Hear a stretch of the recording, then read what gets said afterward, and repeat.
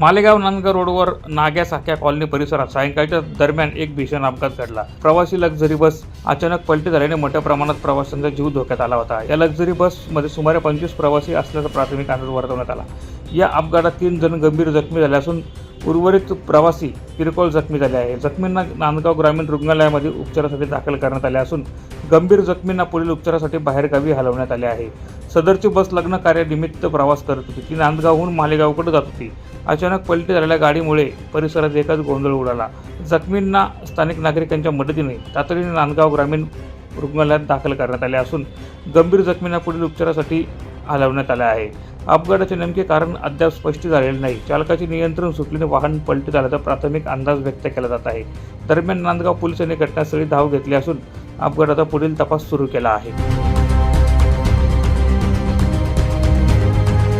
Bureau report, माझा Maharashtra news, Dhule.